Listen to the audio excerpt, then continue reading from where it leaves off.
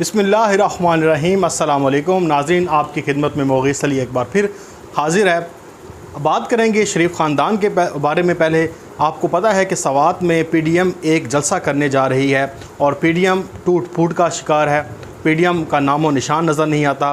फौज़ुर रहमान कराची में ज़ेरे इलाज थे, लेकिन फिर उनकी जमात की जानिब से ये एक प्रेस रिलीज़ सामने आई कि वो सेहतयाब हो गए हैं और उन्हें अस्पताल से डिस्चार्ज कर दिया गया है। इसके बाद आसिफ ज़रदारी के बारे में ख़बरें ये आ रही हैं कि वो कराची के एक अस्पताल में ज़ेरे इलाज हैं और बिलावल भुट्टो भी वहाँ पहुँच चुके हैं, बख्तावर भुट्टो ज़रदारी भी वहाँ पे पहुँच चुके हैं। और आपको बताया कि आसिफा भुट्टो वैसे ही आसिफ ज़रदारी के करीब रहती हैं, तो वो उनकी तीमारदारी कर रहे हैं। लेकिन साथ में हमें ये खबर सुनने को मिली कि 8 जुलाई को बिलावल भुट्टो अमेरिका जा रहे हैं और जो सीएम सिंध हैं वो वैसे ही अमेरिका जो है रवाना हो चुके हैं। ये सारी इतलात इसलिए भी ज़रूरी हैं जो अमेरिका वाली हैं। आपने देखा कि इमरान खान साहब को बार बार ये सवाल किया जा रहा है कि जनाब अभी ऐसा कौन सा मामला आया कि इमरान खान साहब ख़ुद अमेरिका के पीछे लठ लेकर दौड़ पड़े हैं और हर रोज़ एक नया बयान अमेरिका को दाग देते हैं। फिर इसी तरह से तलत हुसैन ने एक ट्वीट किया कि जो है वो जो हम बॉक्सिंग कर रहे होते हैं तो सामने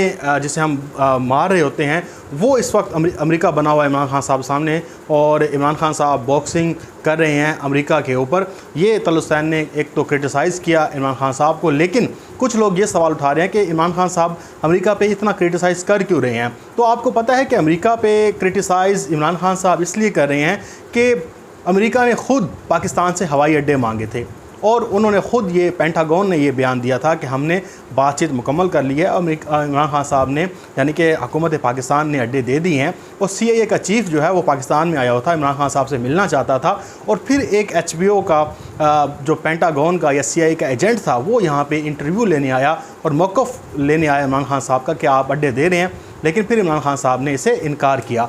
इसलिए भी बनता है कि अफ़गानिस्तान से आपको पता है कि अमरीकी फ़ौजों का इनखला जारी है। बगराम एयरबेस 20 साल बाद खाली कर दिया गया है। अब उसका कंट्रोल अफ़गान हुकूमत के पास है, अफ़गान फ़ौजों के पास है और कहा यह जा रहा है कि तालिबान बहुत जल्द बगराम एयरबेस पे हमला करेंगे और इससे भी अपने कब्ज़े में ले लेंगे। ये सारी बातें चल रही हैं। अब जनाब आला आ जाते हैं। पहले जो अमेरिका के सामने बिलावल भी जा रहा है और वज़ीर सिंध भी वहाँ पे जा रहे हैं, तो इससे यही रहा है कि ये भीख मांगने जा रहे हैं कि आप हमें खिदमत का मौका दें, हम आपके लिए हाज़िर हैं। क्योंकि बिछने में और लेटने में तो ये बड़े माहिर हैं और बूट चाटने में भी। तो ये एक क्या सराइयाँ हैं, रूमर्स हैं और बातें चल रही हैं कि शायद ये भी वजह हो सकती है कि ये लोग वहाँ पे जा रहे हैं कि इस वक्त क्योंकि अमेरिका बहादुर जो है वो इमरान खान साहब से नाराज़ है और वो चाहता है कि इमरान खान साहब या हुकूमत पाकिस्तान या पाकिस्तान की इस्टेब्लिशमेंट वैसे ही हमारा कहना माने जैसे और छोटे ममालिक हमारा मानते हैं। हम इशारा करें तो वो बिछ जाएँ, लेट जाएँ। लेकिन इस वक्त इमरान खान साहब पाकिस्तानियत का पाकिस्तान का मुकदमा बड़े ही दबंग तरीके से लड़ रहे हैं। उन्होंने अमेरिका को पहली बार आंखें दिखाई हैं, जिसका ख़ुद भारतीय मीडिया भी ये इतराफ़ कर रहा है कि पाकिस्तान के वज़ीर-ए-आज़म ने ऐसा बयान दिया है कि जिससे अमेरिका शदीद नाराज़ हो सकता है या हो चुका है।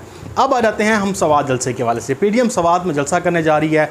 नून लीग ने यह ऐलान किया कि मरीम नवाज़ उस जलसे में जाएगी और वहाँ पे खिताब करेगी। और आपको पता है कि मरीम नवाज़ का जो एक स्टांस है वो एंटी एस्टेब्लिशमेंट है और अपने बाप की तरह वो फ़ौज को गालें देती हैं और वो समझती हैं कि फ़ौज जो है वो तमाम फसाद की जड़ है। लेकिन उस वक्त तक जब तक कि इमरान खान साहब हुकूमत में हैं, अगर वो हमें खिदमत का मौका दें तो इससे अच्छा, इससे बड़ा, इससे बहुत ही अच्छा इदारा कोई भी पाकिस्तान में नहीं हो सकता। लेकिन अचानक ही ये फ़ैसला सामने आया कि मरीम नवाज़ सवात के जलसे में नहीं जा रही, बल्कि शहबाज शरीफ ये जलसा अटेंड करेंगे। उसके बाद एहसन इकबाल ने इसके ऊपर वजाहत दी कि जनाब ये तो पार्टी का फ़ैसला है, ये नवाज़ शरीफ फ़ैसला करते हैं कौन जाएगा कौन नहीं जाएगा। तो इसलिए मरीम नवाज़ को नवाज़ शरीफ ने कहा है कि आप ना जाएँ, तो इससे कोई फ़र्क नहीं पड़ता कि शहबाज शरीफ जाएँ या मरीम नवाज़ जाएँ। जलसा तो होना है, उसमें मुस्लिम लीग नून की शिरकत अहम है। ये अलग बात है कि वहाँ पे शहबाज शरीफ जाते हैं या मरीम नवाज़। लेकिन नाज़रीन कराम, हमें पता है कि पीडीएम से मरीम नवाज़ को खारिज किया गया। मरीम नवाज़ की आहा वाले बयान से और हुकूमत गिराने वाले, इस्तीफ़े देने वाले और बहुत सारे ब्लंडर्स के बाद पीडीएम से इन्हें घर भेजा गया और ये कहा गया कि मरीम नवाज़ जो अच्छा भला काम होता है उसे भी बिगाड़ देती हैं। फिर शहबाज शरीफ जब ज़मानत पे बाहर आए तो उन्होंने पीडीएम के अंदर जो है अपनी जगह बनाने की कोशिश की और अब लग ऐसे रहा है कि मुस्लिम लीग नून पर जो गिरफ्त है वो शहबाज शरीफ की ज़्यादा मजबूत होती जा रही है। क्योंकि आपको पता है कि शहबाज शरीफ अभी जो इजलास हुआ नेशनल सिक्योरिटी का, आपको पता है कौमी सलामती कमेटी का जो इजलास था, वहाँ पर शहबाज शरीफ किस तरह से आर्मी चीफ़ की तारीफ़ों में लगे हुए थे, आर्मी चीफ़ की जो है वो समझ लें कि बूट चाटने में लगे हुए थे। ये सारा कुछ आपके सामने है नाज़रीन कराम, आपने देखा होगा, आपने सुना भी होगा। ये रिपोर्ट्स आ रही हैं कि शहबाज शरीफ वहाँ पे बिछ गए थे, लेट गए थे और बूट को इज़्ज़त देना चाहते थे, लेकिन आपको पता है कि GHQ के गेट नंबर 4 से इनकार हो चुका है। तो बाकी बातें सब अब लोग जानते हैं। लेकिन अब इससे जो समझ आती है वो यही आती है कि नवाज़ शरीफ जो मज़ाहमती बयान लेकर आए थे वो चाहते हैं कि जनाब कोई ऐसा बयानिया हो जिससे कि हमें अगले इलेक्शन की जो है हमारी तरफ राह हमवार हो। अब अगले इलेक्शन की जैसे बात की है मैंने, तो पीपल्स पार्टी के रहनुमा हैं नबील गबूल, उन्होंने कहा कि अब ये वाज़ेह हो गया है कि इमरान खान साहब की हुकूमत नहीं जाएगी, ना ही असम्बलियों से इस्तीफ़े देंगे। इमरान खान साहब की हुकूमत को घर भेजना, अब ये बात ख़त्म हो गई है, ये वाज़ेह हो गया है, ये ऐलान हो गया है। अब हमारा फोकस कौन सा है, वो 2023 के इलेक्शन है। तो ये पीपल्स पार्टी ने भी ये ऐलान कर दिया, मुस्लिम लीग नून के शायद खाकान अब्बासी भी कई बार कह चुके हैं और रहनुमा भी कह चुके हैं कि हुकूमत नहीं गिरनी, अब अगला फोकस 2023 है। तो इस बात से अब आपने ये चीज़, कभी भी आपको कोई कहे कि जनाब पीपल्स पार्टी, नून लीग, PDM मिल गए हैं और हुकूमत गिराने जा रहे हैं, ये हो जाएगा वो हो जाएगा, ये सिर्फ अपने वोटर्स को खुश करने के लिए बात करेंगे। इसके अलावा इस नज़रिए में, इस बयान में कोई जान नहीं होगी, क्योंकि ख़ुद पीपल्स पार्टी, नून लीग के ये लोग मान चुके हैं कि अब हुकूमत को हटाना नहीं है मुतालबा, ये वाज़ेह हो चुका है। अब अगला फोकस उन्होंने कहा है कि इलेक्शन 2023 है, उसके लिए काम करेंगे। और यही बहुत से नून लीग के रहनुमा भी कह चुके हैं कि अगला फोकस अब 2023 का इलेक्शन है।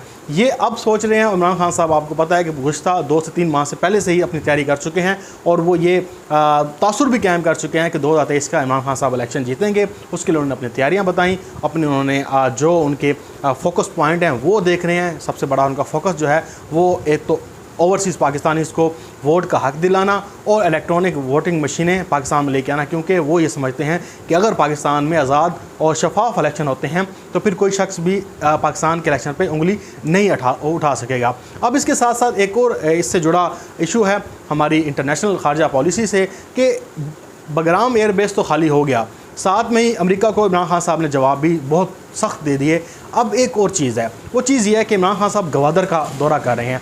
गवादर का दौरा क्यों अहमियत का हामिल है? एक तो आपको पता है कि कुछ लोग ये कह रहे थे कि जी जो CPEC के मंसूबे हैं वो बंद हो चुके हैं, चीन के साथ ताल्लुकात सही नहीं है। लेकिन जब हम देखा कि जो चीन की कम्युनिस्ट पार्टी के 100वीं सालगिरह थी, इमरान खान साहब ने चीनी मीडिया को गुफ्तगू भी की, उनसे बात भी की और चीन के साथ ताल्लुकात के बारे में बताया कि कोई दबाव भी पाकिस्तान के ऊपर भी आ जाए वो चीन के ताल्लुकात को ख़त्म नहीं कर सकता। अब पाकिस्तान के प्राइम मिनिस्टर ग्वादर जा रहे हैं और ग्वादर आपको पता है कि CPEC का मेन हब है और ये पूरी दुनिया को खटकता भी है, ख़ास तौर पर UAE को भी खटकता है कि इतना डीप सिया है, इतना डीप ये पोर्ट है, तो यहाँ पे तो बड़े बड़े जहाज़ आके लंगरदाज हो सकते हैं। कितना फ़ायदा पाकिस्तान को है। अब इमरान खान साहब का एक और मैसेज चीन की दोस्ती के साथ जाएगा और अमेरिका को बाय बाय जैसे हम कह चुके हैं, वो एक पैगाम दे चुके हैं। अब चीन के ज़रिए ये जो CPEC का दौरा करने जा रहे हैं, ग्वादर पोर्ट का एक जो मंसूबे का एक ऐलान करने जा रहे हैं, वहाँ पे जाएंगे, वहाँ पे CPEC के दौरों का चीज़ें भी देखेंगे। तो एक वाज़ेह ये जो पैगाम है ये चीन के साथ खड़ा होने का पैगाम है, जो मैं कहना चाह रहा हूँ, मैं कंक्लूड कर रहा हूँ। ये एक चीन के साथ खड़ा होने का पैगाम है कि हम चीन के साथ खड़े हैं, वो हमारा दोस्त है, मुश्किल वक्त में हमारा साथ दिया उसने और यही चीज़ें सारी लेकर हमें आगे चलेंगी। तो ये सारा सिनेरियो है। आज की चीज़ें जो हैं वो नज़र यही आ रही हैं कि इमरान खान साहब इस वक्त फुल फॉर्म में हैं और वो चीन के साथ ताल्लुकात को अहमियत दे रहे हैं और साथ में ही अफ़गानिस्तान, आपको पता है कि जो मसला बना हुआ है इसी वजह से इमरान खान साहब अमेरिका पर तनकीद करते हैं, उन्हें जो है बताते हैं कि दोस्ती तो रखेंगे हम, लेकिन हम कॉन्फ्लिक्ट में हम आपके दोस्त नहीं होंगे, पीस में हम आपके दोस्त होंगे। तो यही पूरी दुनिया करती है कि कोई किसी का कॉन्फ्लिक्ट में जो है वो साथी नहीं होता कि आप आके मारधार करें, आप यहाँ आके बमबारियाँ करें और हम आपको एयरबेसेस दे दें और आके लोगों का कत्लेआम करें, ऐसा नहीं हो सकता। तो यही एक पैगाम है और अब पैगाम पूरी दुनिया तक पाकिस्तान का पहुँच चुका है। अपना बहुत सारा ख्याल रखिएगा। अल्लाह हाफ़िज़। पाकिस्तान जिंदाबाद।